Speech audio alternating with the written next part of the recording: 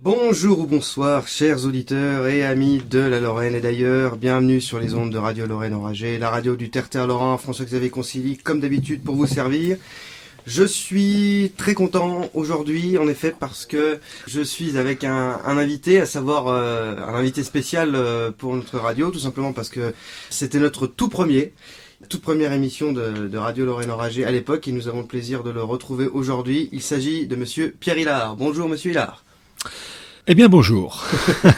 Alors monsieur Hilard, pour certains on ne vous présente plus, mais on va le faire quand même pour ceux qui ne vous connaîtraient pas encore. Il faut. Vous êtes docteur en sciences politiques, enseignant en relations internationales et essayiste, spécialiste de la fameuse question du mondialisme, et c'est un mot qui revient de plus en plus aujourd'hui.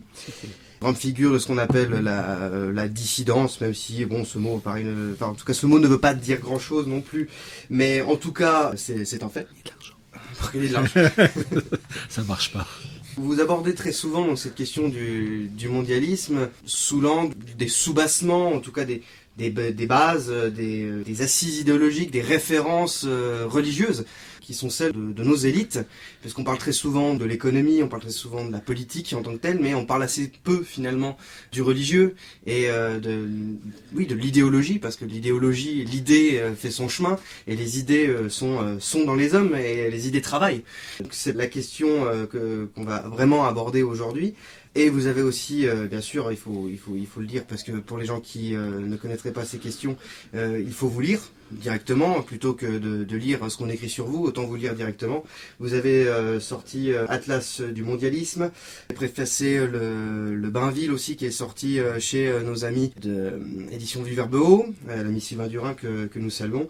Sionisme et mondialisme, chronique du mondialisme aux éditions Culture et Racines. J'ai dit le mot mondialisme peut-être une dizaine de fois là, dans mon introduction, donc on va commencer par une définition. Qu'est-ce que le mondialisme ? Le mondialisme, c'est un messianisme.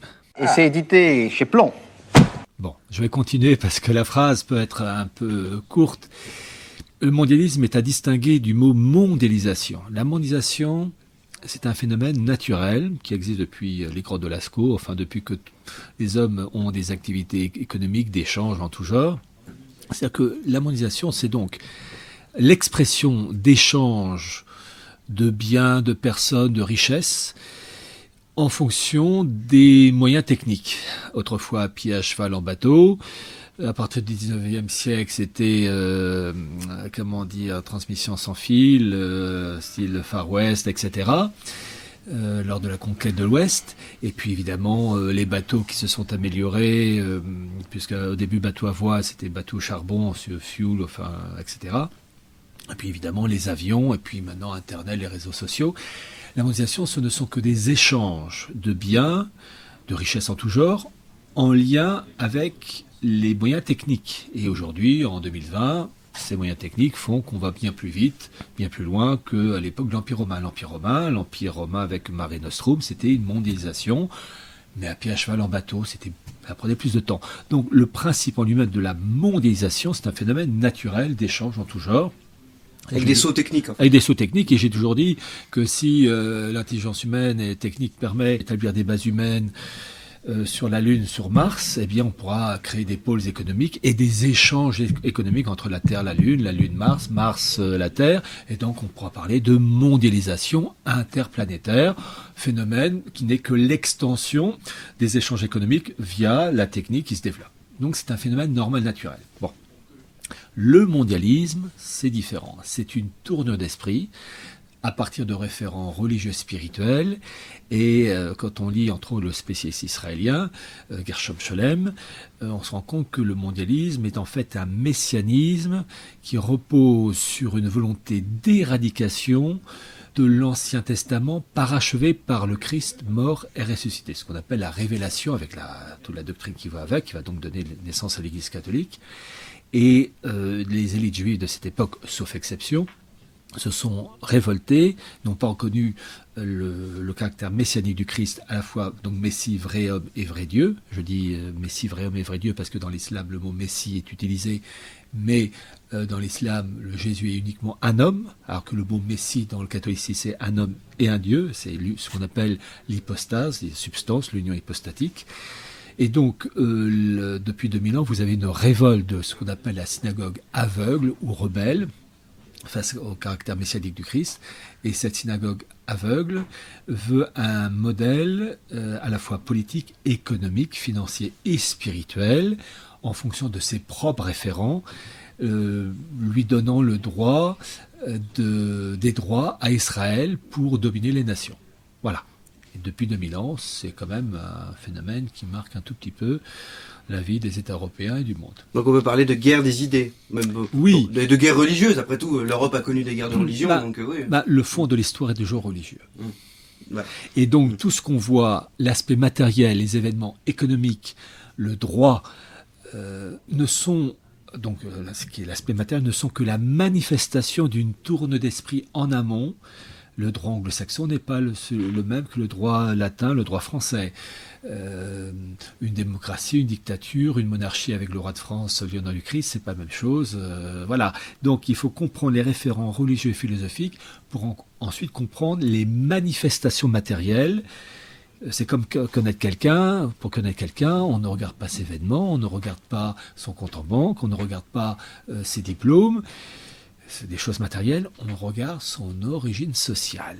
Parents, grands-parents, arrière-grands-parents, comment il a été éduqué, à partir de quel référent, milieu stable, pas stable, et on comprend mieux la personne, parce que nous sommes tous la conséquence biologique, psychologique, sociale, culturelle, spirituelle du comportement des générations précédentes.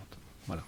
Alors si on politise un peu la question, vous avez commencé votre carrière, en tout cas votre travail, sur la décomposition des nations européennes. À l'époque, puisque c'est une porte d'entrée qui permet d'enseigner, peut-être que maintenant c'est peut-être moins le cas. À l'époque, vous parliez donc de cette décomposition des États-nations, la France, l'Espagne, l'Italie, etc. Même si, pareil, on va me dire, oui, mais la France n'est pas l'Italie, l'Espagne n'est pas l'Angleterre, etc. Et c'est vrai, ce sont des histoires très différentes. En quoi le mondialisme qu'on vient de qualifier à l'instant se matérialise et agit sur les États-nations et sur, puisque c'est vous qui le dites, la décomposition progressive de ces États-nations. Alors, à l'origine, mon premier livre, c'est Minorité et régionalisme, enquête sur le plan allemand qui va bouleverser l'Europe. Et j'avais commencé ces recherches en 1997, ça ne me rajeunit pas. Donc, décomposer les États en une multitude de régions en fonction de critères ethniques, économiques, voire même quelquefois les deux qui se combinent. Eh bien, le mondialisme, l'objectif, c'est une gouvernance mondiale sur la ruine des États-nations. C'est-à-dire qu'on fracasse les États pour les dissoudre et faire en sorte qu'ils ne représentent plus des modèles de résistance dans cette gouvernance mondiale. Vous savez, c'est comme pour bien digérer, il faut bien mâcher.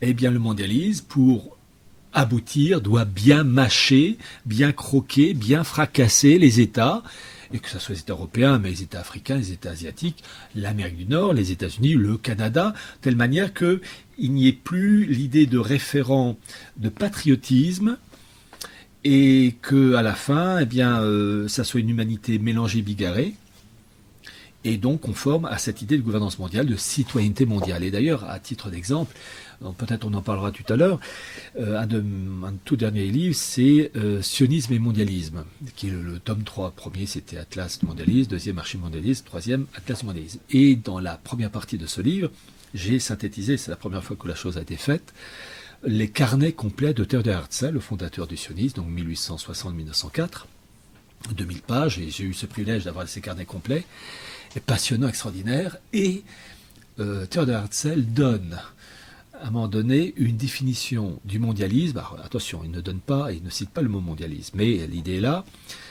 en lien avec l'État d'Israël qui veut le créer. Et qu'est-ce qu'il dit ?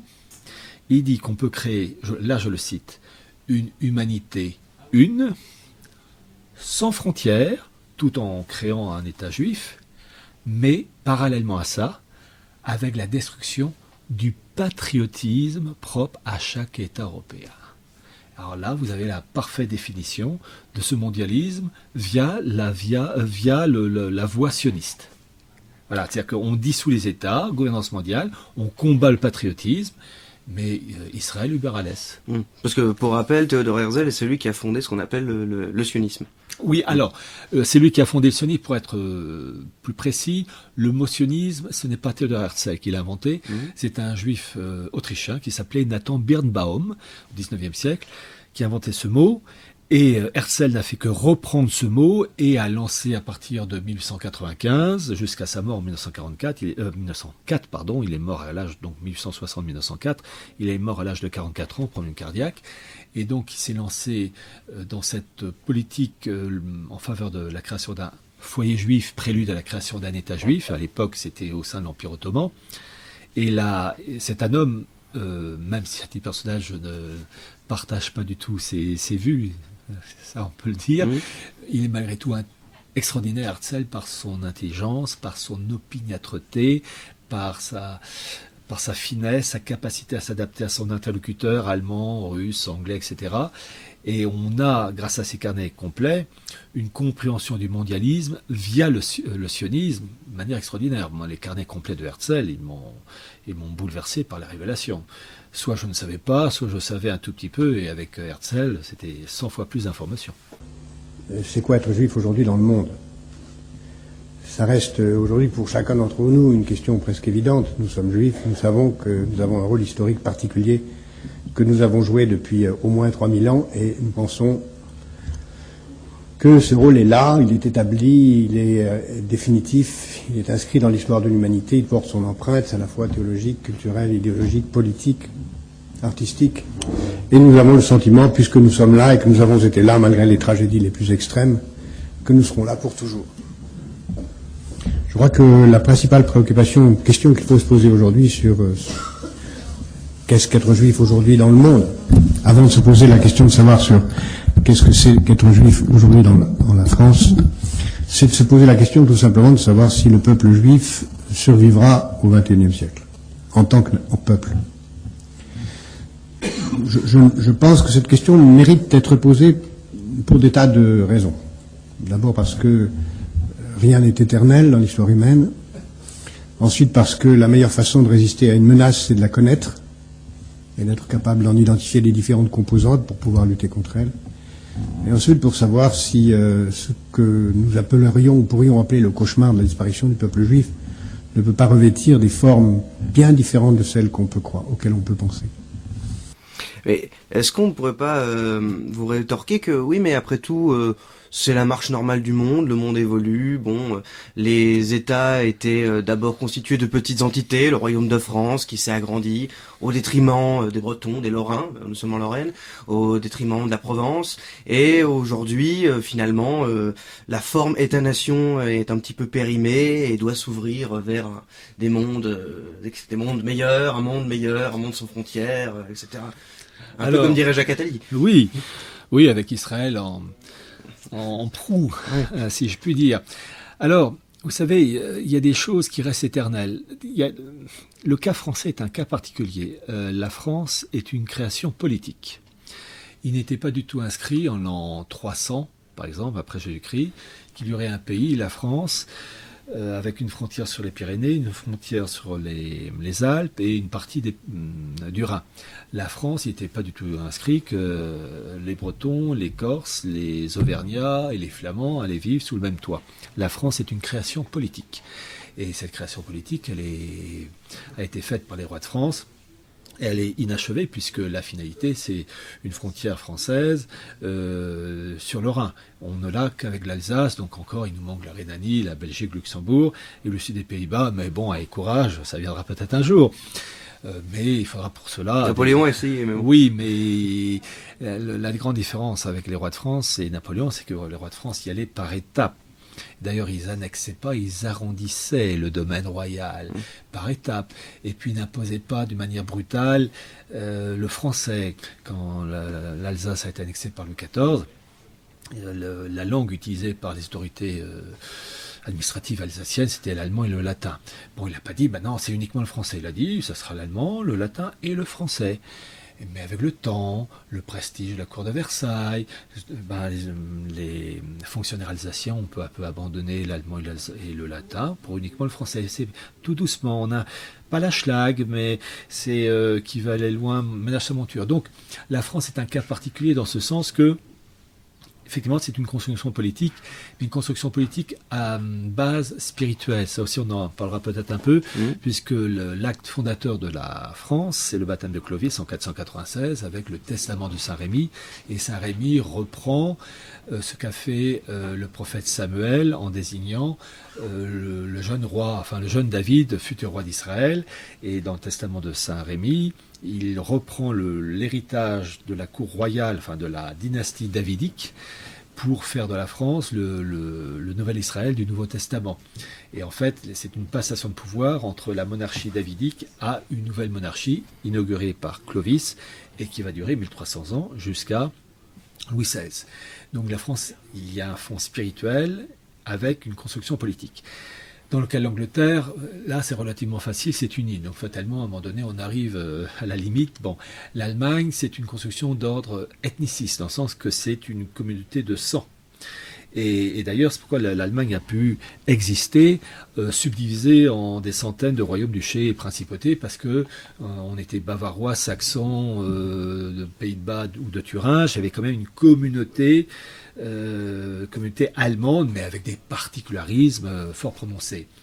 L'Espagne, c'est hybride, dans ce sens qu'il y a des diversités profondes, et avec en même temps un État centralisateur. C'est la France, mais en inachevé. Voilà. Mais la France, vraiment, c'est un cas particulier, la France, un cas unique. Et j'ai toujours admiré le travail des rois de France, avec, évidemment, sur 1300 ans, des rois moins habiles, etc. Mais il fallait créer quelque chose. C'est simple, en 496, la fondation spirituelle qui va donner naissance à la France, il n'était pas écrit que le paysan de la région d'Île-de-France allait vivre sous le même toit, la France, que la Normandie. Et à titre d'information, il faut savoir qu'il a fallu environ 7 siècles pour que l'idée de France chez le peuple émerge. Création donc, la marque de fabrique, le baptême, 496 avec le testament de Saint-Rémy et le baptême de Clovis, et la manifestation d'une identité française, ça c'est une date officielle, c'est le 27 juillet 1214 avec la bataille de Bouvines, où je rappelle, la Bouvines, c'est donc le roi Philippe Auguste, qui est un roi de France extraordinaire. Il y a eu des rois de France moyennement intelligents, mais alors lui, c'est une superbe intelligence comme Louis XI. Un homme, personnalité complexe, et Philippe Auguste est coincé entre Jean Santerre, le roi d'Angleterre, et l'empereur du Saint-Empire romain germanique, qui est Othon 2, 3, 4, je ne sais plus le numéro. Et la France est prise en étau, elle est sur le point d'être écrasée. Et chose extraordinaire, il y a le patriotisme français qui se réveille, enfin qui vraiment apparaît la première fois. Et donc une France, comme tous les pays européens de l'époque, à 90-95% des paysans, et bien ces paysans et ces révélateurs, mois de juillet, en plein été, abandonnent leurs champs, leurs charrues, laissent leurs femmes, leurs filles, leurs petits garçons s'occuper des animaux et puis de la récolte, et qui vont rejoindre le roi de France. Et donc on a la manifestation d'une identité française plusieurs siècles après le lancement du baptême de Clovis. Donc ça a été une longue maturation. Voilà, eh bien, c'est un phénomène qui s'est fait de manière naturelle, étalé sur 7 siècles. Eh bien, ce phénomène naturel doit perdurer. Il n'est pas artificiel, c'est une création naturelle de gens qui se sont naturellement sentis français, sous la direction d'un roi de France, lieutenant du Christ, et puis pourquoi changer? Et on retombe dans ce dont on parlait en début d'émission, sur les soubassements idéologicaux, religieux, politico-religieux, spirituels, et donc voilà, les idées s'affrontent. Et le politique n'est que la manifestation l'apparence visible de phénomènes religieux en amont. Comme le droit n'est que le reflet d'une philosophie de voir des choses. Donc il faut toujours voir les aspects religieux et philosophiques, peu importe, qu'ils soient catholiques, protestants, juifs, peu importe, pour comprendre les manifestations matérielles. Si on parle un petit peu d'actualité, on en parlait juste avant l'émission, là. Nous sommes donc en fin 2020, nous venons de connaître une année exceptionnelle sur à de nombreux titres. On en redemande. Ah oui, c'était fabuleux. 2021 s'annonce assez joyeux. Est-ce que on aurait dit, c'est exactement ce qu'on s'est dit avant l'émission. Là, nous sommes fin décembre, donc 2020. Nous serions donc en décembre 2019. Et nous annoncerions là, par exemple au micro, que le monde entier, dans un peu plus de 2-3 mois, va être totalement verrouillé. Tout le monde va être obligé de porter des masques. Bref, ça va être une catastrophe sans nom, une catastrophe épidémique, une catastrophe économique qui va suivre. Oui. Est-ce que le Covid est un symptôme de ce mondialisme ? J'ai fait une vidéo avec Silvano Trotta, qui est sur YouTube. Et j'ai utilisé l'expression qu'on dit la Covid. Au début, je disais le Covid. Il paraît qu'on dit la Covid. Bon, on va pas s'exciter. Féminiser les maladies aussi. Oui. Ouais. La vérole. La vérole. Bon, bref.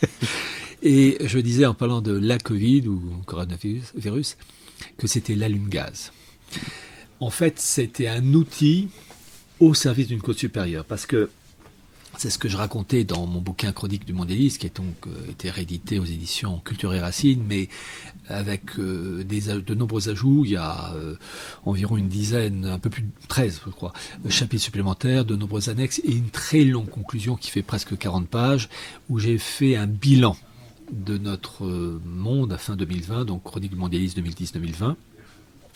Et j'explique que l'histoire du Covid, c'est arrivé, mais d'une manière voulue, puisque vous avez par exemple le rapport de la fondation Rockefeller en 2010 qui annonce une pandémie terrible et qui part de Chine, c'est jamais le Groenland ou le Pérou, c'est toujours ces pays-là, et qui provoque énormément de morts, et que alors, il y a plein de problèmes, ça bouleverse l'économie mondiale. Et ils racontent qu'à la fin, ils arrivent à maîtriser la chose grâce à un vaccin, mais avec la mise en place de mesures liberticides qui ne sont pas supprimées après l'arrivée du vaccin. Là, et d'ailleurs, le titre du chapitre, c'est en anglais, c'est Lockstep, qu'on peut traduire par verrouillage. Hein.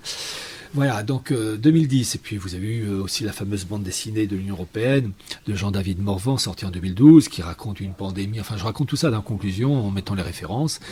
Une pandémie qui elle aussi est maîtrisée après plusieurs millions de morts, et puis évidemment là aussi renforcement de mesures gouvernementales à l'échelle planétaire pour une citoyenneté mondiale, et puis tout ça en liaison avec l'écologie. Alors le principe de l'écologie, la protection de la nature, moi à titre personnel, on va parler de l'écologie. Je préfère évidemment l'air pur, l'eau propre que l'eau polluée et les pots d'échappement, c'est une vérité la palisse.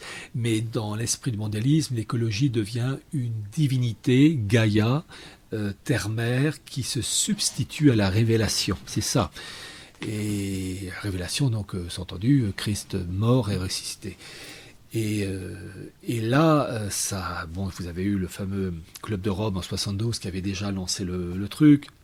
Vous avez eu, évidemment l'ONU, mais vous avez en particulier tout ce qu'on appelle actuellement l'agenda 2030, toute une série de mesures. Vous avez 5 grands chapitres qui ciblent 169 points bien précis pour mettre en place une économie verte.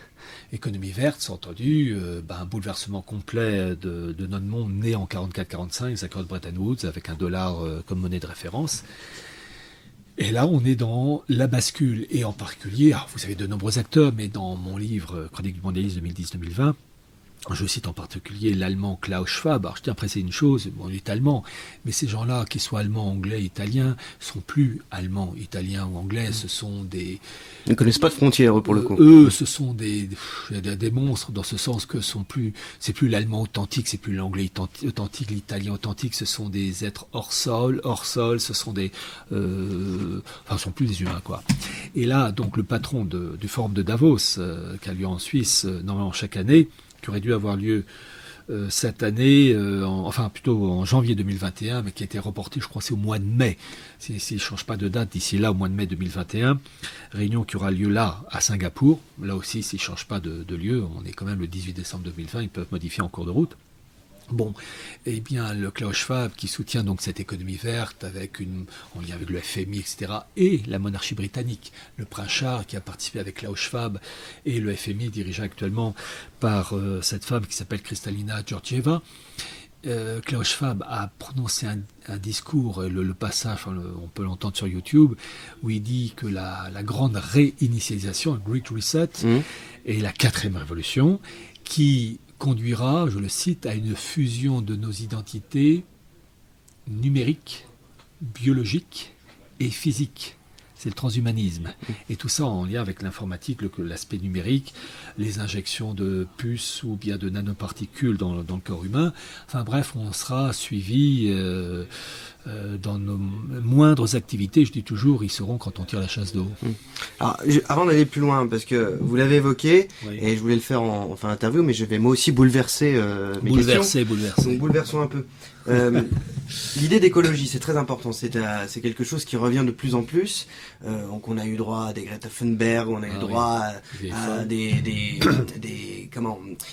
l'histoire en 2015 à Paris, le grand ramdam sur l'écologie. J'ai oublié le terme, mais ça me reviendra. Donc aujourd'hui, l'écologie devient un sujet absolument immanquable et tous les politiques doivent en parler, bien évidemment. Comme vous l'avez dit, qui est contre une eau pure et tout le monde est contre le massacre violent des ours polaires sur la banquise. C'est une évidence. Mais alors qu'on est en train de parler de droits pour les animaux, de droits pour les plantes, et ça aussi il faut un petit peu en parler, le pape François avec le synode sur l'Amazonie lui-même s'est impliqué donc dans cette histoire, dans cette histoire d'écologie. En quoi il est intéressant de parler d'écologie certes, sans pour autant utiliser, on va dire, l'écologisme comme politique. Puisqu'on voit bien, aujourd'hui, on a tendance à mélanger les vaches aux êtres humains, puisque un animal est un être humain comme un autre, si on écoute bien les antispécistes, les véganes et compagnie, et que même des entités religieuses aussi importantes que le pape, qu'on aime ou qu'on n'aime pas, eux-mêmes s'impliquent dans la nature à tous les étages, et le séquoia devient également, ou le baobab devient également un être humain, en tout cas une entité juridique à part entière, ce qui remet pas mal de choses en question, comme vous l'avez dit aussi, d'un point de vue religieux. Eh oui, le problème c'est que vous avez dit le pape François, mais il n'est pas pape. Vous avez eu cette fameuse révolution 1789 dans l'Église, qui est l'Église conciliaire depuis Jean XXIII, et qui a été parachevée ensuite par Paul VI, et ensuite renforcée, améliorée, si je puis dire, pour détruire l'Église authentique. En fait, tous les papes, je mets des guillemets, depuis Jean XXIII, ne sont que, des paravents ne sont que les représentants de la fausse Église. Et donc cette Église devenue Église conciliaire avec Vatican II, donc je rappelle que Vatican II a été lancé en 1950, à la fin des années 50 par Jean XXIII, il est mort en 62 et ça a été terminé au mois de décembre 1965 par Paul VI. Bon. Et en fait, alors, je vais d'abord utiliser la formule, qu'est-ce que l'Église conciliaire? C'est l'annexe de la synagogue. Bon. Après, il faut peut-être expliquer. L'objectif, c'est que vous avez, on en revient toujours à ce point crucial, il y a 2000 ans de ça, le Christ est arrivé, mort et ressuscité, à la fois vrai homme et vrai Dieu. Et il est venu pour l'humanité entière, enfin plus précisément pour toutes les nations, parce que le Christ demande d'aller enseigner aux nations, il ne dit pas d'aller enseigner aux hommes, et donc il reconnaît le principe des nations avec tout le concept politique qui va derrière. Et les élites juives rabbiniques n'ont pas reconnu le Christ comme le Fils de Dieu incarné, donc ils attendent leur Messie au service d'Israël uniquement, et Israël soumettant les nations à son service. Ça dure depuis 2000 ans. Et vous avez eu de nombreuses hérésies. Quand on observe les hérésies, que ce soit l'arianisme, les bogomiles, les cathares, etc., on se rend compte à chaque fois qu'il y a en arrière-fond la synagogue. Je vous cite un seul exemple, mais là il faut lire Gershom Scholem, le grand spécialiste israélien, qui raconte que les Cathares, donc sud de la France, 12e et 13e siècle, c'était le dieu bon et le dieu mauvais. Le dieu mauvais, c'était Démiurge, et un dieu bon qui était infini et suprême, avec une migration des âmes, la métempsychose. Eh bien, c'est exactement l'esprit de la Kabbale. La Kabbale, c'est l'interprétation ésotérique du judaïsme, et la Kabbale au XIIe et XIIIe siècle, on le sait grâce à Gershom Scholem, se trouvait où? Le siège de la Kabbale, en plein pays cathare. Pas en Normandie, pas en Bretagne, pas en Picardie, pas en Lorraine, pas à Nancy, mais en plein pays cathare. Donc, en fait, on l'appelait la Kabbale espagnole, elle se répartissait entre le sud de la France et la Catalogne. Bon. Donc c'est très intéressant de voir que ces hérésies, à chaque fois, il y avait la synagogue en arrière-fond, la révolution de 89, c'est une révolution d'ordre messianique, etc., avec le noachisme en arrière-fond, enfin, peut-être on en parlera. Et l'Église devenue conciliée en 62, enfin 62, 63, 65, avec Jean XXIII et Paul VI, c'est une Église qui a pour objectif de plus être l'Église, une Église conciliaire, au service d'une synagogue qui veut prendre le dessus. Et pour cela, vous avez une lente et sûre dégradation de l'autorité de l'Église, devenue conciliaire, et un naturalisme, c'est-à-dire la primauté de la terre, la primauté des choses bien matérielles, qui prennent le dessus sur la Sainte Trinité, etc., l'Immaculée Conception, et ça se voit de manière maintenant terriblement, enfin d'une manière vraiment visible, puisque, vous savez, je dis toujours, apprenez à faire le mal. Quand je dis faire le mal, c'est pas boire 3 litres de bière et s'envoyer en l'air à gauche à droite. Non. Pervertir les esprits, c'est tout un art. Il faut le pervertir sur des générations, il faut petite dose, il faut faire le bien avec une injection de mal, et puis 20 ans, 30 ans après, on rajoute une dose de mal. Quand on voit les papes, ce qu'on appelle les papes depuis Jean XXIII jusqu'à François, c'est une lente dégradation par étapes. Et là, maintenant on est en roue libre, ce qui fait que les papes qui étaient les vicaires du Christ, ne le sont plus depuis Vatican II, et la chose a été officialisée par, entre guillemets, le pape François, qui, dans l'annuaire pontifical de l'année 2020, a enlevé le titre de vicaire du Christ. Et donc c'est un pape, entre guillemets, qui a pour objectif de promouvoir les choses de la terre, la nature, Pachamama, d'où l'admiration des reliques d'Indiens dans le jardin du Vatican. Voilà, et tout ça en lien avec le noachisme. Le noachisme, c'est la religion pour les non-juifs, élaborée par la synagogue rebelle, c'est-à-dire 7 milliards et quelques d'habitants. Et donc, en fait, la finalité, c'est de faire, pour la synagogue rebelle depuis 2000 ans, la finalité, c'est de faire du peuple juif le peuple prêtre, intermédiaire unique entre le Dieu un, surtout pas trinitaire, et le reste de l'humanité non juive, considérés comme les prosélytes de la porte, présents sous le seuil du temple rénové. Et donc, d'où la primauté de la nature, Gaïa, etc., pour détruire le principe de la révélation. C'est un travail de très longue haleine étalé sur des siècles. Et j'ai par exemple dans l'Atlas du mondialisme, j'ai présenté le document de la revue Look, How the Jews Changed Catholic Thinking, comment les Juifs ont changé la manière de penser catholique, une revue américaine qui tirait à l'époque à 7 millions d'exemplaires. Et ils expliquent comment les Juifs ont joué au sein de Vatican II avec la photo du canal BA qui est à Washington ou à New York, peu importe, avec le cénacle juif pour Abraham Heschel en particulier, pour modifier les structures catholiques, pour les noachiser. Et grâce à Gerhard Rickner, qui était le secrétaire général du Congrès juif mondial, qui a écrit ses mémoires, que j'ai lues, Ne jamais désespérer, avec un sous-titre ô combien révélateur, 60 années, enfin c'est à peu près le titre, 60 années au service du judaïsme et des droits de l'homme, comment résumer les choses, qui raconte que les deux acolytes de cardinal Béat, Österreicher et Baum, ont été en fait des juifs, convertis, mais convertis faussement au catholicisme, et d'ailleurs, en concerne Baum, Augustin Baum, Gerhard Rickner, donc secrétaire général du Congrès juif mondial, le connaissait très bien, ils avaient été ensemble à la même école à Berlin, donc quand ils se voyaient, ils se racontaient des souvenirs. Donc en fait, l'objectif c'est une le fond de l'histoire. Quand je disais au début de l'entretien que le mondialisme c'est un messianisme, l'objectif c'est de détruire le messianisme christique au profit d'un autre messianisme qui est celui d'Israël. Et cela s'est traduit de manière extraordinaire au cours de l'année 2019, où entre guillemets, le pape, enfin François Bergoglio, dont l'élection en 2013 a été saluée par les Naïbrides d'Argentine. Je dis ça, Naïbride, c'est la franc-maçonnerie juive mondiale, qui, je le rappelle, n'accepte en son sein que des juifs. Lui-même étant argentin, peut-être cela explique aussi le fait que Bergoglio n'apprécie pas véritablement finalement l'Europe. étant quelqu'un d'Amérique du Sud. Oui, c'est un fils d'émigré italien.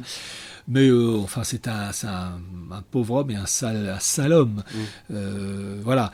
Et qu'est-ce qu'il a fait en 2019 ? Il a fait une chose extraordinaire. Donc cette année 2020, il a évacué dans l'annuaire pontifical le titre de vicaire de Christ, chose qui a été faite pour la France avec la Révolution de 1789 où le roi de France était le lieutenant du Christ entre Clovis et Louis XVI, il y a donc 1300 ans. Donc il faut éradiquer la révélation, le principe des intermédiaires. Et bien en 2019, François a inauguré sur la place Saint-Pierre une très longue barque qui représente la barque de Saint-Pierre avec des migrants. Et la barque de Saint-Pierre doit normalement être, enfin, quand je dis des migrants, des hommes et des femmes, et des migrants. Et la barque de Saint-Pierre est donc dirigée par, non pas un pape, mais par un rabbin. Et donc c'est le principe de substitution du pape au profit d'un rabbin. Et ce rabbin a à ses côtés une femme enceinte. Ça fait penser à la Sainte Vierge Immaculée enceinte. Bon, c'est tout un principe. Et j'ai mis les photos dans le livre de Anarchès Klotz, qui est un révolutionnaire, La République universelle du genre humain, aux éditions Omnia Veritas. J'avais fait une très longue préface avec ces photos, et en particulier en publiant de très longs extraits de la fameuse revue israélite française Archives israélites, qui est parue de 1840 à 1935. Ces archives israélites sont disponibles à la bibliothèque François Mitterrand. J'ai passé des heures à lire et à sélectionner, qui raconte que 1789, c'est une révolution d'essence hébraïque, écrite en toutes lettres, et qu'après la France, il ne manque plus que l'Église. C'est ce qu'on voit et ce qu'on vit. Humainement, ils ont gagné. Je dis bien humainement, mais ils n'auront pas le dernier mot. Et je précise aussi, pour les auditeurs qui entendent beaucoup de choses qui sont propres au domaine religieux, puisque on a abordé l'entretien en parlant des soubassements et des référents religieux qui s'affrontent, il n'y a pas besoin d'être croyant et d'avoir la foi pour ne pas être concerné, puisqu'on parle également de politique, et comme on l'a vu, tout ça est un affrontement long. Et le politique, l'aspect économique, en fait on en parlera aussi, l'aspect économique et politique, ces éléments ne sont que la conséquence d'une tournure d'esprit. Ce qu'on voit par exemple avec les volontés de Klaus Schwab, Forum économique de Davos, c'est de créer un monde unifié, alors lui et ses copains, un monde unifié, collectiviste, donc disparition de la propriété privée, déraciné. Cette fameuse phrase que j'ai donc citée, quand il dit que la réinitialisation, la 4e révolution, conduira à une fusion de nos identités physiques, numériques et biologiques, c'est le transhumanisme. Tout cet idéal, en fait, ce n'est que idéal politique, spirituel, économique, collectivisme, etc., humanité indifférenciée. On a tout le programme dans le livre de Thomas More, 1516, Utopia. Mais vous avez aussi la Nouvelle Atlantide, 1626, Francis Bacon. Vous avez Émeric Russet, le livre de Émeric Russet, 1623, Le Nouveau Ciné, qui parle d'un monde unifié, indifférencié, où on ne reconnaît pas le citoyen du pays de l'étranger, et capitaine de ce monde unifié avec une monnaie planétaire. 1623, Venise. Comme par hasard, Venise, c'est là où le mot ghetto a été inventé. Donc on voit l'esprit qui est derrière tout ça. Donc pour voir. Tout ça est très long, voilà. Temps long. En fait, ce que je veux faire comprendre à ceux qui nous écoutent, c'est que ce qu'on connaît aujourd'hui, ça n'a pas surgi il y a 20 ans. Non. En fait, c'est un programme ancien d'un autre modèle. Alors je citais une société collectiviste, sans propriété privée, c'est ce qui se met en place, une population indifférenciée, mélangée. Dans Utopia, la population doit déménager tous les 10 ans pour ne pas s'enraciner. C'est révélateur. Et avec une monnaie mondiale, etc., etc. Et l'aspect, donc ça c'est l'aspect politique, l'aspect collectiviste économique. L'aspect spirituel, c'est l'influence, enfin quand je dis l'influence, c'est la marque tout simplement, du Talmud et de la Kabbale, l'influence talmudo-kabbalistique, avec un Dieu infini, un Dieu suprême, qui dans la Kabbale s'appelle l'Ensof. Et cette expression être suprême, qu'on appelle aussi Dieu infini, Dieu, il y a d'autres formules de Dieu suprême, entre autres, oui. Vous trouvez cette formule être suprême dans la Déclaration universelle des droits de l'homme de 1789. Vous savez, la Déclaration universelle des droits de l'homme, vous avez le préambule. Et bien, dans le préambule, ils disent sous l'égide de l'être suprême. Et bien, en fait, la Révolution 89, c'est la marque talmudo-kabbalistique avec l'être suprême qui est l'Ensof. Et vous retrouvez la même chose dans la 9e de Beethoven, l'Ode à la joie, la partie chantée, avec ce Dieu infini qui se tient au-delà de la voûte étoilée. C'est l'Ensof, et ça vient d'un poème de Schiller qui était imprégné de la Kabbale. Voilà, quand on comprend les référents religieux, vous comprenez les répercussions d'ordre politique, économique, psychologique, et c'est le propre de notre époque. On assiste à la mise en pratique d'un modèle de pensée anti-catho à mort. Alors, si on revient un peu à l'actu, vous en avez un peu parlé, du fameux grand reset, cette grande embardée qui peut-être nous attend pour 2021, avec une vaste campagne de vaccination qui apparemment sera mondiale. Bon, des représentants de La République En Marche ont dit que ça serait pas obligatoire, et puis finalement ce sera peut-être obligatoire quand même, passeport vert, on verra. Il y a des personnages dont il faut un petit peu parler. Par exemple, Bill Gates, qui, après avoir conçu des ordinateurs, maintenant conçoit des vaccins. Les responsables des GAFA aussi, qui verrouillent les canaux d'information. Vous avez parlé du forum de Davos, qui, eux, ont annoncé que le nom, donc le titre du prochain forum de Davos, ce sera le temps de la grande remise à zéro. Oui, donc ça en dit quand même long. Et l'annonce, vous l'avez dit, d'un euro numérique.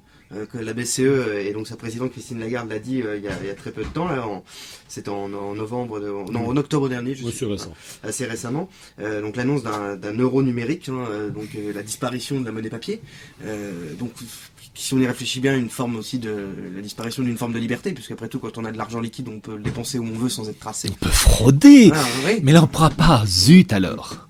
Comment ce grand reset, d'après vous, là on l'a un peu dit, mais comment va-t-il se matérialiser? Comment des individus vont progressivement peuvent progressivement supprimer des libertés? Il y a une chose déjà, le coût du vaccin obligatoire. Officiellement, notre honoré président Emmanuel Macron a dit que la vaccination ne sera pas obligatoire. Bon, il ment comme un arracheur de dents. Dans ce sens que, oui, peut-être, attention, ça peut encore changer, ils peuvent dire un jour ça va être obligatoire, mais officiellement, pour le moment, à l'heure où je parle, c'est pas obligatoire, mais par des moyens détournés, par des chemins de traverse, ils vont nous imposer un vaccin obligatoire. C'est déjà prévu pour les avions, il faudra un sort de passeport prouvant qu'on a été vacciné. Et si c'est vrai dans une carlingue d'avion, à mon avis, ça deviendra valable dans une, entre guillemets, carlingue plutôt d'un train. Quand je dis carlingue, c'est le wagon en lui-même.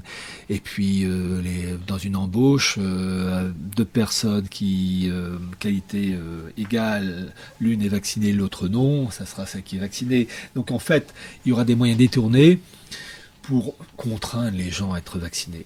Les premiers vaccins, sous réserve des résultats des essais cliniques, pourront être administrés dès la validation des autorités sanitaires compétentes. Un comité scientifique sera chargé du suivi de la vaccination. Un collectif de citoyens sera aussi mis en place pour associer plus largement la population.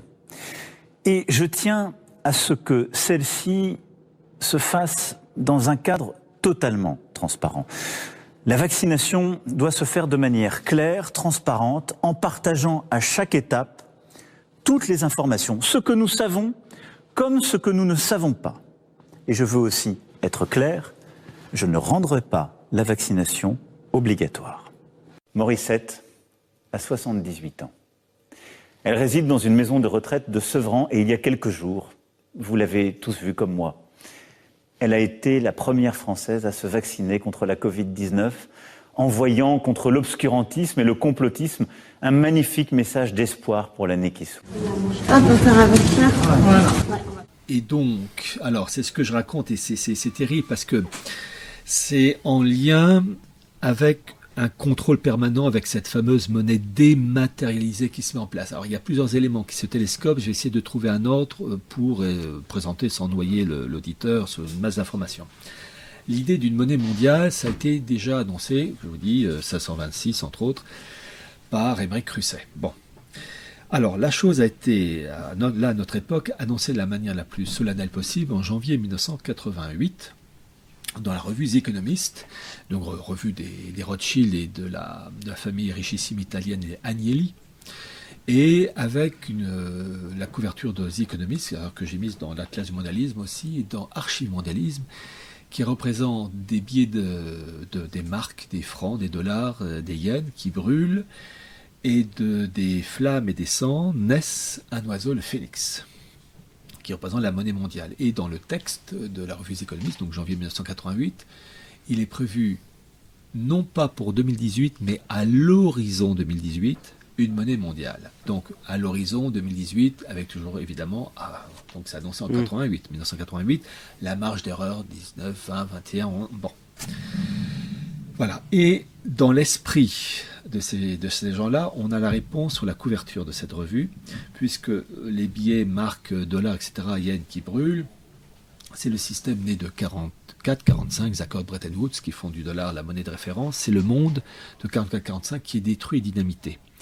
Et donc ce phénix naît du chaos. C'est le principe maçonnique, ordo ab chaos. Bon. Monnaie qui sera dématérialisée. C'est-à-dire que on ne pourra payer que par carte bleue, smartphone, etc. Donc, on saura exactement ce que vous avez acheté, où, quel produit.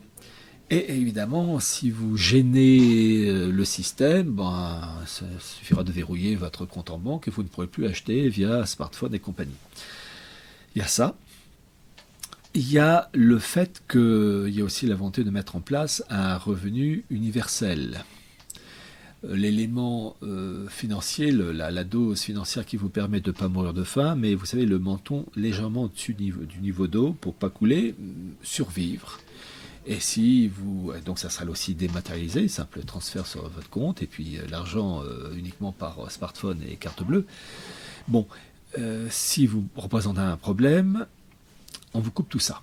Bon, il y a ça, et le coup du Covid, là c'est une fantastique accélération, dans ce sens que vous avez ces vaccins qui ont été produits par Pfizer, Moderna et compagnie, qui ont été produits en l'espace de quelques mois. Normalement, un vaccin, il faut des années de fabrication, de contrôle, de tests et des publications scientifiques qui racontent, expliquent toute l'évolution et les répercussions ou effets secondaires ou les non-effets secondaires du produit. Et là, comme par miracle, ces produits sortent en l'espace de quelques mois. Moi, à titre personnel, je ne veux pas être vacciné. Mais sachant que ça sera obligatoire, à un moment donné, je vais me retrouver au pied du mur, moi et d'autres personnes qui ne veulent pas être vaccinées. Donc, on va se retrouver coincés. Alors, je vais poser plusieurs éléments et après, je vais, comme façon différents morceaux de puzzle, les réunir.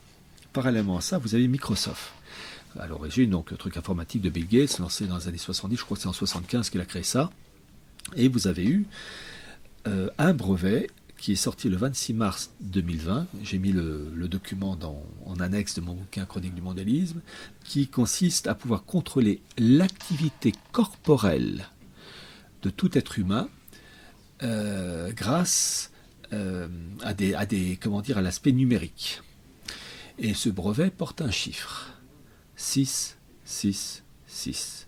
C'est ce qu'on voit dans l'Apocalypse de Saint Jean, la marque de la bête. Nul ne pourra acheter ou vendre s'il n'a pas la marque au front ou sur la main. Vous avez ça, et vous avez cette volonté de pucer les gens, mettre une sorte de grain de riz la main ou le poignet, et donc on achète et on vous suit à la trace. Mais vous avez aussi ce qu'on appelle la 5G. La 5G, c'est cette téléphonie qui multiplie de manière considérable le traçage des gens, le stockage des informations, etc. Et donc, si vous avez une puce dans le poignet, eh bien, vous pourrez être suivi comme on suit un morceau de viande au supermarché. Vous avez la traçabilité, le lieu de l'endroit où la viande a été abattue, etc.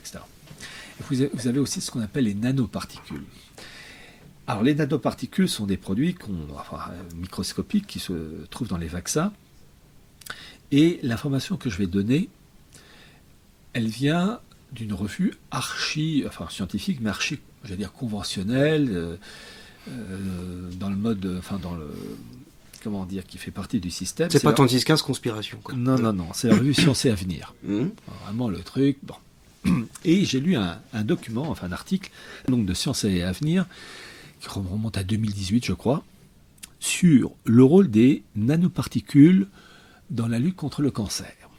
Et vous allez voir ensuite les relations avec la situation actuelle. Il disait que lutter contre le cancer, les nanoparticules joueraient un grand rôle, puisqu'on pourrait donc suite à une injection dans le corps, ces nanoparticules pourraient se fixer sur les tumeurs cancéreuses. Et je vais essayer de retrouver presque mot à mot le passage. Il est précisé que ces nanoparticules, je cite, on les fait vibrer. Donc ces nanoparticules qui sont fixées sur les tumeurs cancéreuses, on les fait vibrer grâce à un champ magnétique.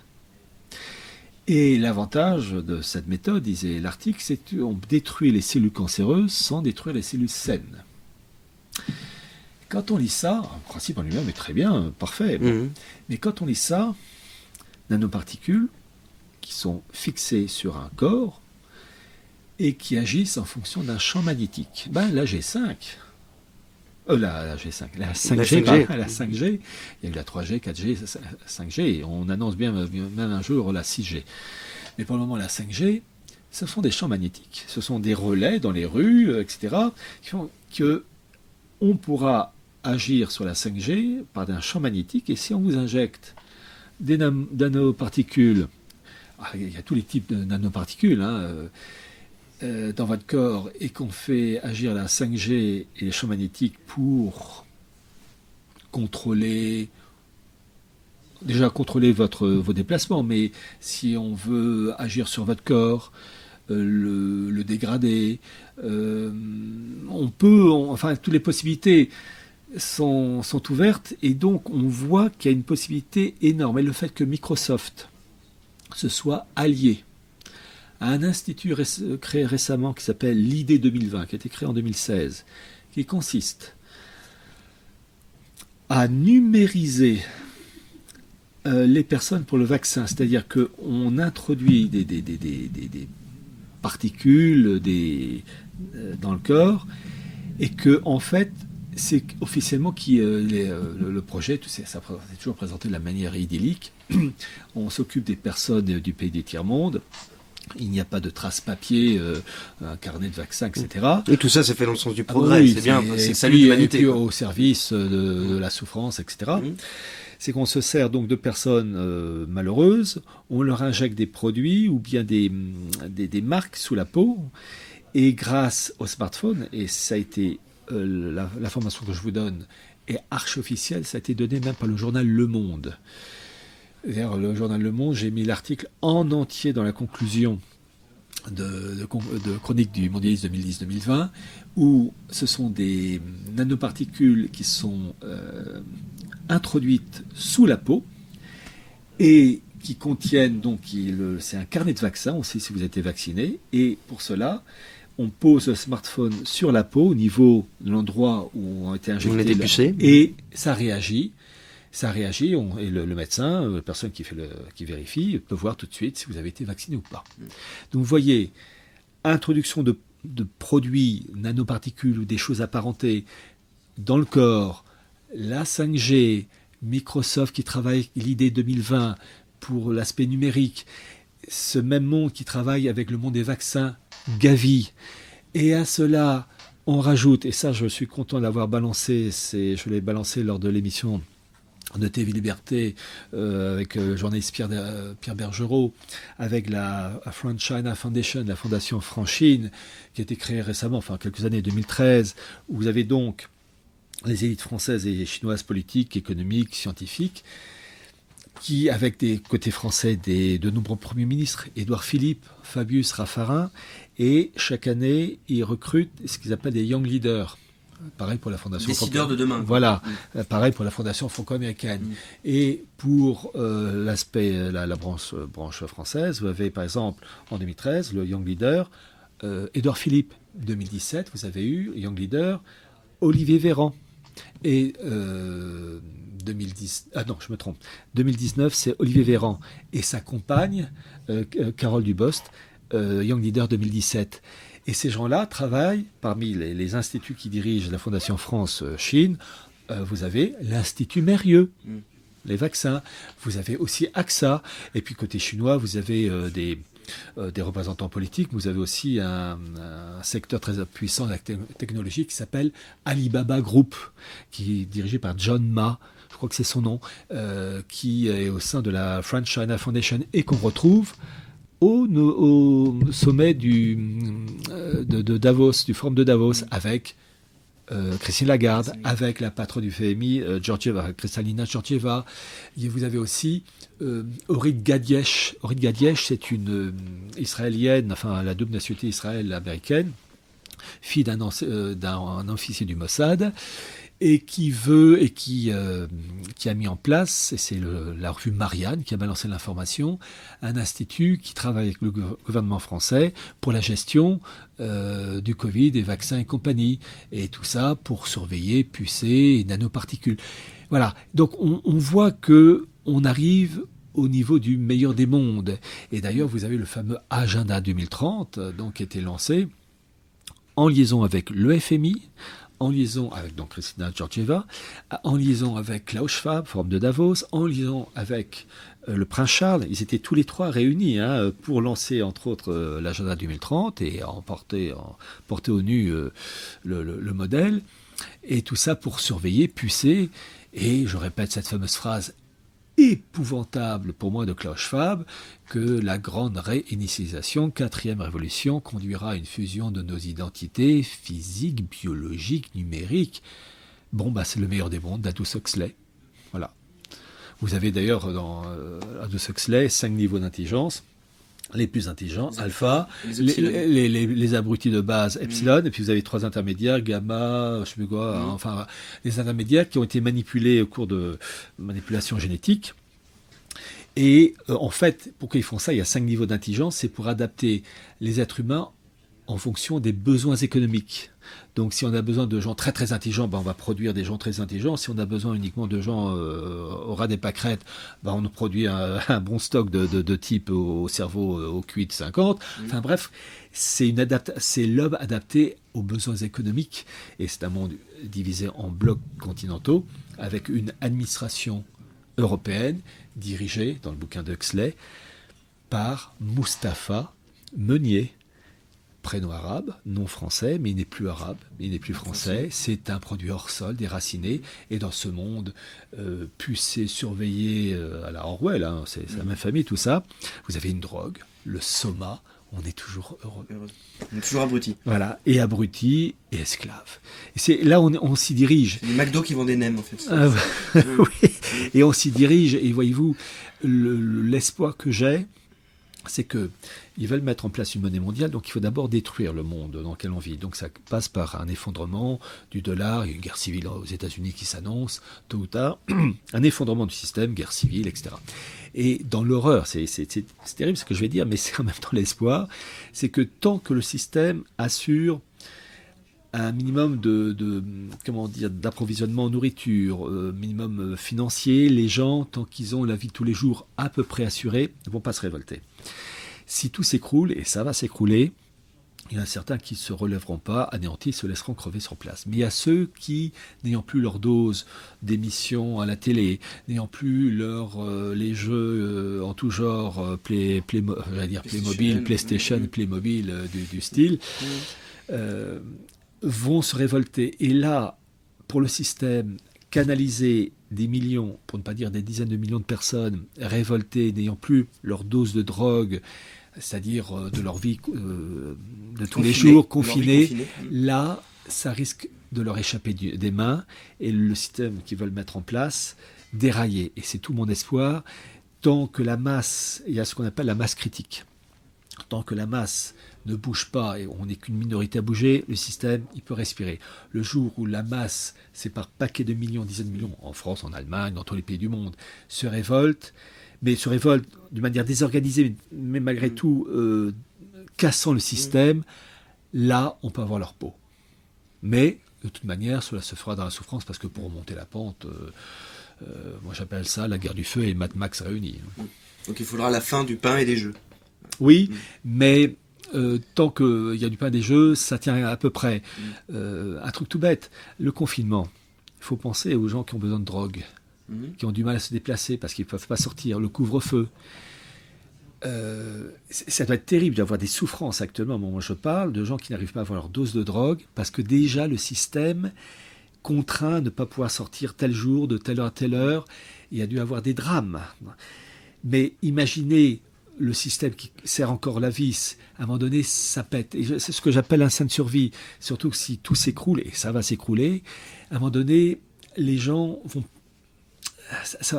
pardonnez-moi l'expression, ça va partir en couille.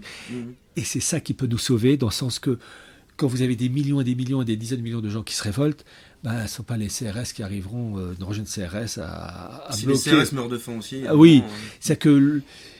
Voilà, ça peut être dans l'horreur et le désespoir. L'horreur et le désespoir, ces éléments peuvent être un moyen de survie et de casser le système, et dans une situation apocalyptique. Comme vous l'avez rappelé, la plupart des personnages qu'on a évoqués ne sont pas là par hasard. Pareil, c'est du long terme et ils sont briefés, formés dès le plus jeune âge pour certains. Oui. Il y en a un, sans lui donner des lauriers, puisque après tout, il est un Américain et ça reste un Américain, donc c'est pas forcément un allié de la France, c'est moins qu'on puisse dire. Mais tout de même, il y en a un qui apparemment pose problème dans tout ce système. D'ailleurs, il refuse absolument, là, il tient mordicus à ne pas perdre son bureau, c'est Trump, qui est arrivé un petit peu comme un cheveu sur la soupe. Et là, alors que Biden semble être le président élu, on verra en janvier, peut-être que d'ici là, l'actu aura changé, d'ici la publication de ce son, on verra bien. En tout cas, Trump a montré, et on lui reproche d'avoir divisé l'Amérique. Bon, puisqu'on parlait du long terme, on constate que près de 8 ans d'Obama n'ont absolument pas calmé les dissensions entre les Noirs et les Blancs, entre les pauvres et les riches, etc. Donc, ce qui prouve bien que peut-être qu'une couleur de peau ne suffit pas à être efficace. En tout cas, Trump, là, semble-t-il perdu l'élection, mais autre chose arrive aux États-Unis, c'est une véritable sécession. D'ailleurs, je tiens à rappeler que nous en avions parlé, parce que j'y tenais déjà dès notre première émission en 2018. Et oui. Et donc, une fois de plus, tout ça, c'est sur du long terme. Plusieurs États, la Virginie, je crois, le Texas, en Floride également, différents groupes sont en train de monter pour réclamer une véritable sécession, avec des États peut-être plus républicains qui ne veulent pas, tout simplement pas, de président Biden.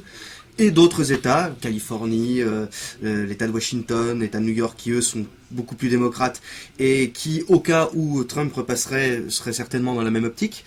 Donc est-ce qu'on peut, à juste titre, parler de sécession à venir aux États-Unis, mais qui n'est pas un petit événement, parce que étant donné que les États-Unis sont, comment dirais-je, à la proue du monde depuis 70 ans, ça aura forcément des répercussions.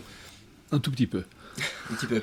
Alors, le cas de Trump est intéressant. Mais là aussi, pour comprendre Trump et Biden, d'abord une chose qu'il faut dire, il n'y a pas aux États-Unis un État profond.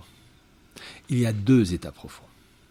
L'idée, le principe de l'État profond, on le comprend lorsqu'on lit les carnets complets de Theodor Herzl, dont j'ai fait la synthèse dans Sionisme et mondialisme. On voit, donc on est fin 19e siècle, début 20e siècle, différentes factions dans chaque pays, France, Angleterre, Allemagne, Russie, etc.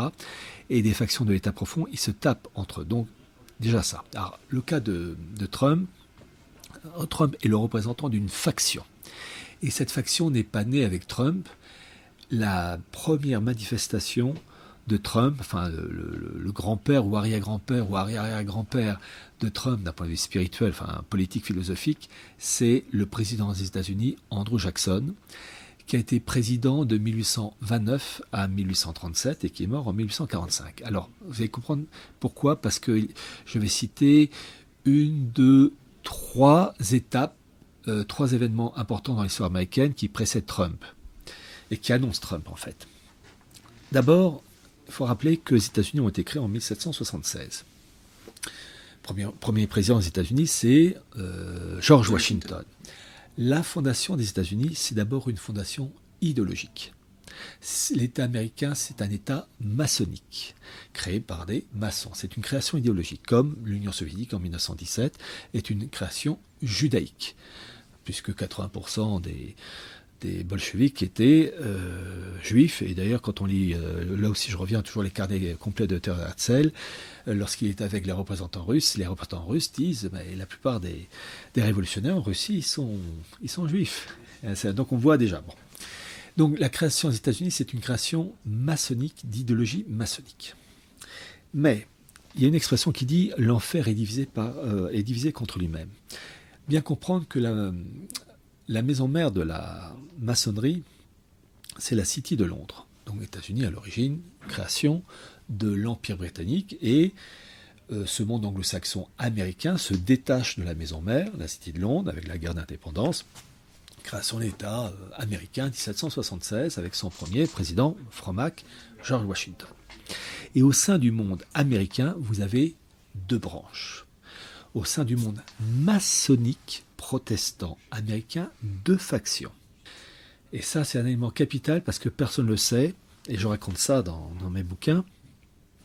Vous avez une faction qui est anglo-saxonne, maçonnique, pro-Cité de Londres, qui veut une gouvernance mondiale, casser les États, un débris, et diriger tout ça. Et vous avez une autre faction maçonnique américaine, patriote. Alors, déjà, dire être maçon et patriote, tout en étant mondialiste, ça peut choquer. Alors, quand on veut comprendre quelque chose, il faut essayer de comprendre le raisonnement de la partie adverse. Vous avez une faction patriote américaine, d'essence maçonnique, protestante, qui ne veut pas que les États-Unis soient dissous dans un magma puré. Ils veulent que les États-Unis soient respectés dans leurs intérêts politiques, financiers, économiques, avec respect de l'intégrité territoriale du pays. Donc, il y a un monde maçonnique avec une subdivision. Une première subdivision, City de Londres, on brise tout, on mélange tout.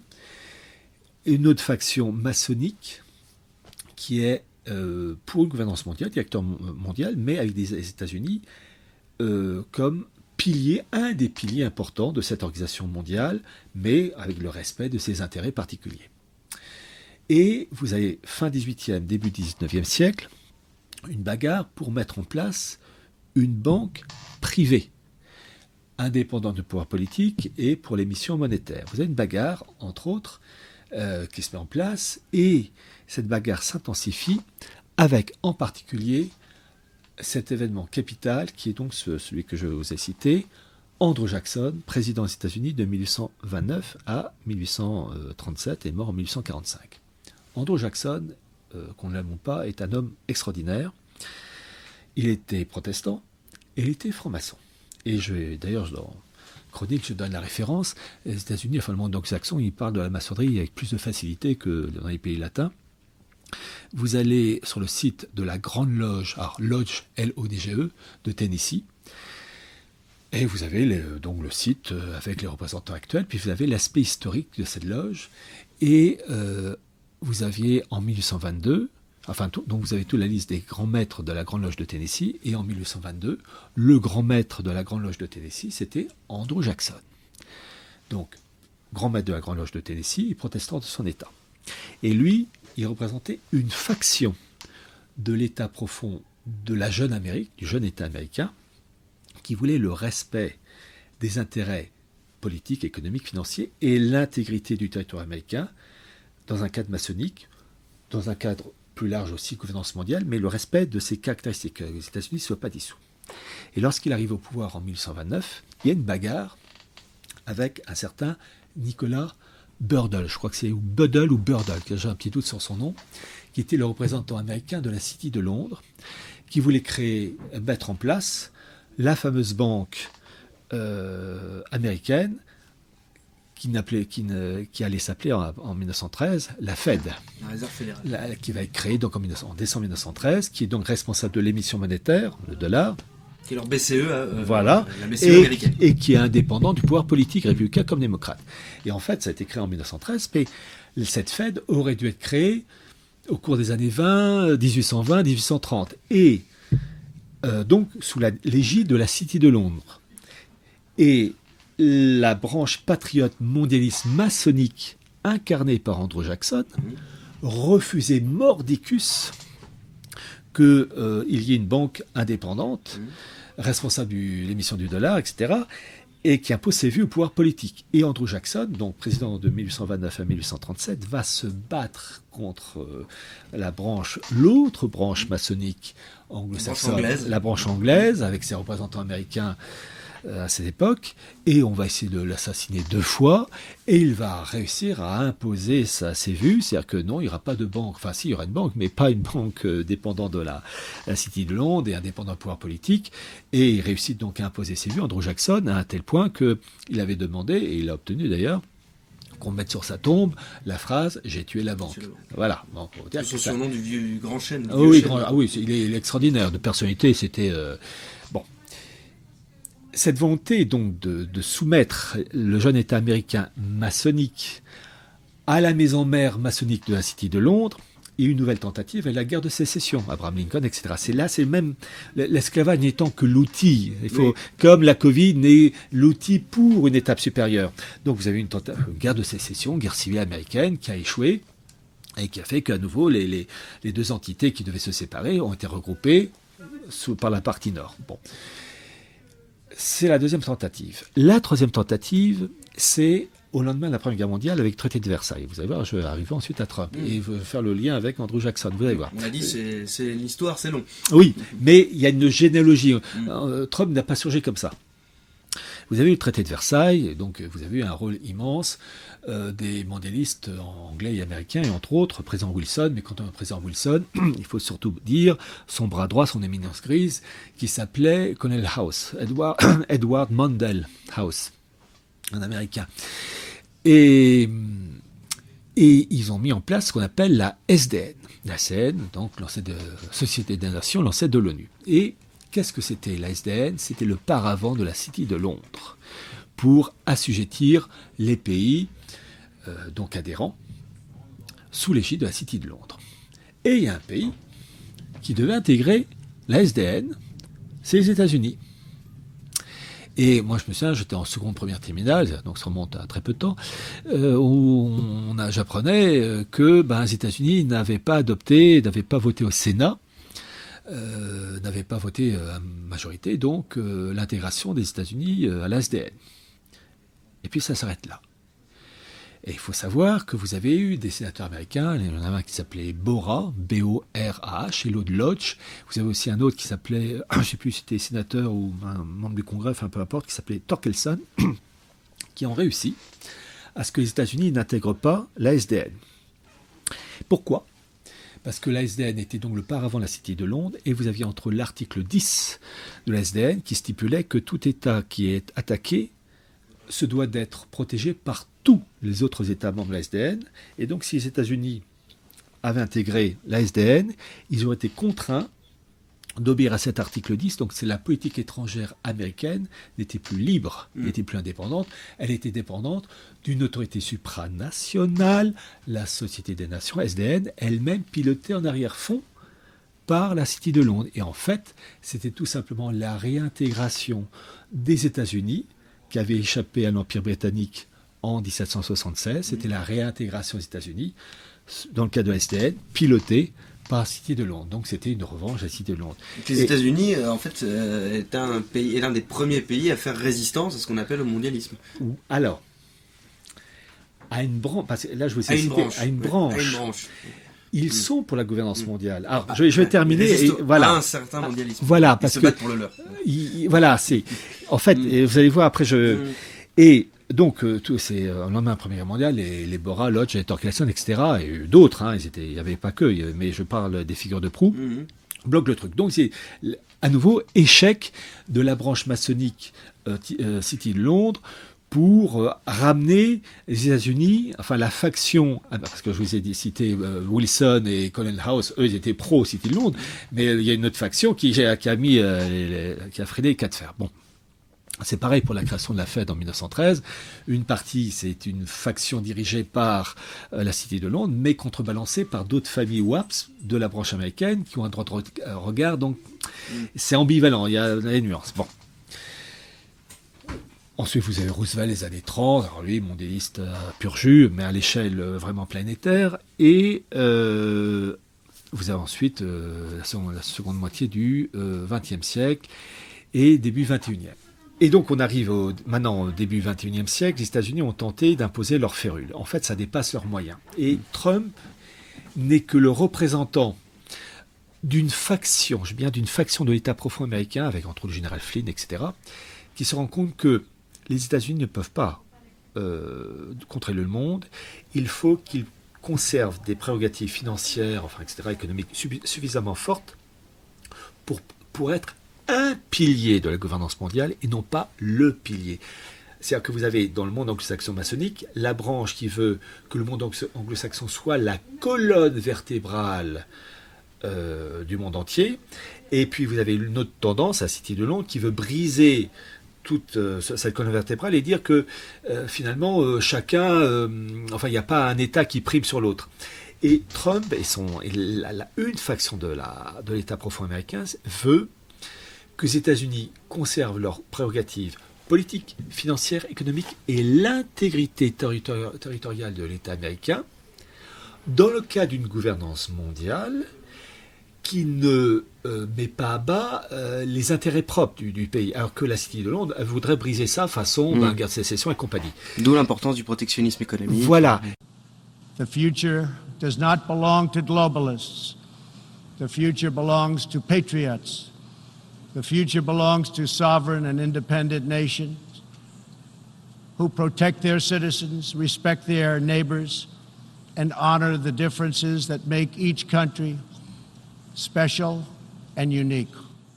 America Great Again, c'est faire pour Trump un pilier américain qui n'est pas le centre du monde, mais qui est un grand pilier de ce directoire mondial que lui, en tant que protestant, je rappelle que Trump est protestant, et l'esprit du protestantisme, c'est la maçonnerie. Pas pour rien que la maçonnerie a été créée par des protestants. Donc en fait, c'est une opposition. C'est une bagarre au sein de la matrice mondialiste, au sein de la matrice maçonnique. Vous avez la branche qui veut tout briser, maçonnique, et une autre branche maçonnique incarnée. Alors, je ne sais pas s'il est maçon, Trump, ça je ne sais pas, mais il en a l'esprit en tant que protestant, qui veut le respect des intérêts américains dans le cadre d'une gouvernance mondiale où il n'est pas contre. C'est un peu comme Poutine qui dit la même chose dans son discours de Valdai en 2014, où il dit « Je suis pour un nouvel ordre mondial, politique, économique, juridique, avec une ONU modernisée, mais qui respecte les intérêts russes. » Trump dit la même chose, c'est-à-dire qu'il est pour un modèle qui respecte les intérêts propres, où les États-Unis ne sont pas dissous comme un sucre au fond d'une tasse de café. Nous respectons notre nation, voilà. Mais avec notre nation en tête de Voilà, tête de mais bateau. avec formant un pilier, un sacré pilier, plus que Bangladesh et les îles Fidji, de la gouvernance mondiale en préparation. Alors que les autres en face disent non, le pilier en quittant, vous allez briser, et ça serait une purée tout ça avec tous les États du monde réduits en miettes.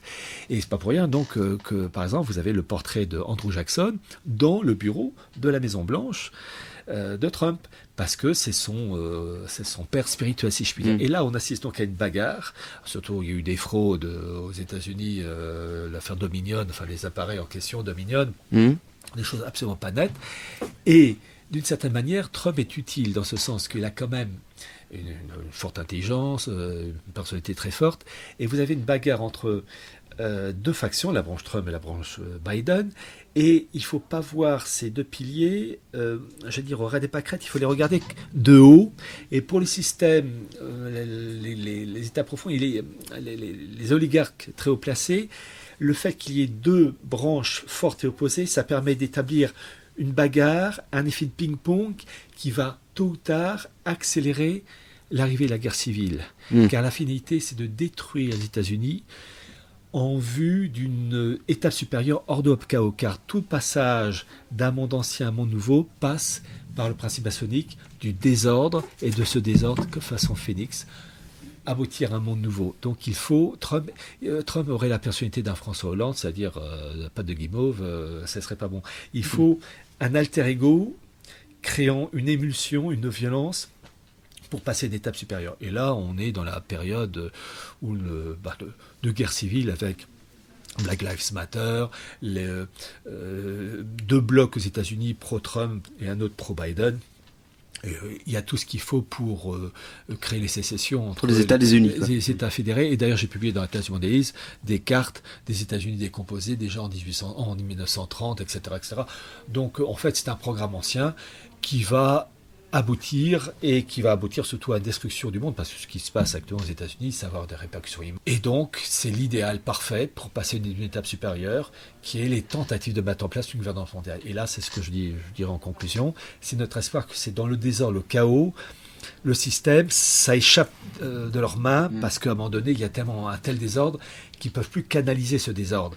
Et là, on profite de ce désordre pour renverser la table et les écraser. Mais ça peut se faire que dans la souffrance des guerres, etc. Donc on verra bien ce que ça donne. Ultime et dernière question en quelques mots. Je dis bien quelques mots. Je fais faire Là, pour les auditeurs, on a donné énormément d'informations, énormément de noms, c'est très riche. Et s'ils veulent en savoir plus, on leur recommande bien sûr de vous lire directement. Mais si pour les gens qui ont parfois un petit peu de mal à lire ou pour qui toutes ces informations peuvent faire un peu peur, est-ce que vous avez quelques références, peut-être des romans ou des films qui sont par exemple des bonnes portes d'entrée pour aller progressivement vers par exemple vos ouvrages? Alors, je citais l'exemple Le meilleur des mondes d'Aldous Huxley. Livre sorti en 1932, on a tout le programme. Et Le Monde, on a aussi le film avec Jodie Foster, Elysium, un monde où l'humanité est pauvre, et puis vous avez une humanité ultra riche qui vit dans un immense vaisseau spatial qui domine la planète Terre. C'est la super élite. Et l'immense vaisseau spatial, quand on le voit de la Terre, c'est un pentagramme. C'est-à-dire la marque de la bête. Et c'est pas pour rien que Macron a dit en avril 2020, lors d'un entretien au Financial Times, la bête arrive. Voilà, la bête arrive. Deux petites références, chers auditeurs, qui vous permettront peut-être d'aller lire Pierre Hillard. On redonne vite fait les ouvrages. Si les personnes veulent découvrir mes bouquins, qu'ils commencent par Chronique du mondialisme 2010-2020. Vous avez une soixantaine de chapitres, mais des petits articles. Des articles qui font 2, 3, 4 pages maximum, sortent de super notes de synthèse sur un sujet bien précis. Donc, s'ils veulent lire ensuite un bouquin de 300 pages, très bien. Mais là, c'est très court, avec 17 ou 18 annexes, une très longue conclusion. C'est vraiment, une étude sur des sujets ciblés, très courts. Voilà. Et s'ils veulent passer à la vitesse supérieure, ils lisent Sionisme et mondialisme ou Atlas, le mondialisme. Il y a beaucoup de cartes dans l'Atlas. Voilà. Monsieur Hillard, merci beaucoup. C'est moi qui vous remercie. D'être revenu sur nos ondes et vous reviendrez, c'est évident. Ah oui, je me forcerai. Donc, chers auditeurs, comme d'habitude, je vous enjoins à partager cette vidéo, à mettre un petit pouce bleu, à diffuser auprès de vos amis, de vos ennemis, les plus complotistes et les plus anti-complotistes. Comme ça, il y en aura pour tout le monde. Comme d'habitude, vous connaissez le refrain. La vie commence toujours demain. C'était François-Xavier Consoli, haut les cœurs. Et à la prochaine. Auf Wiedersehen. Et je peux vous dire une troisième chose. On ira ensemble vers ce nouvel ordre mondial. Et personne, je dis bien, personne ne pourra s'y opposer. Car à travers le monde, les forces au service du changement sont considérablement plus fortes que les conservatismes et les immobilismes.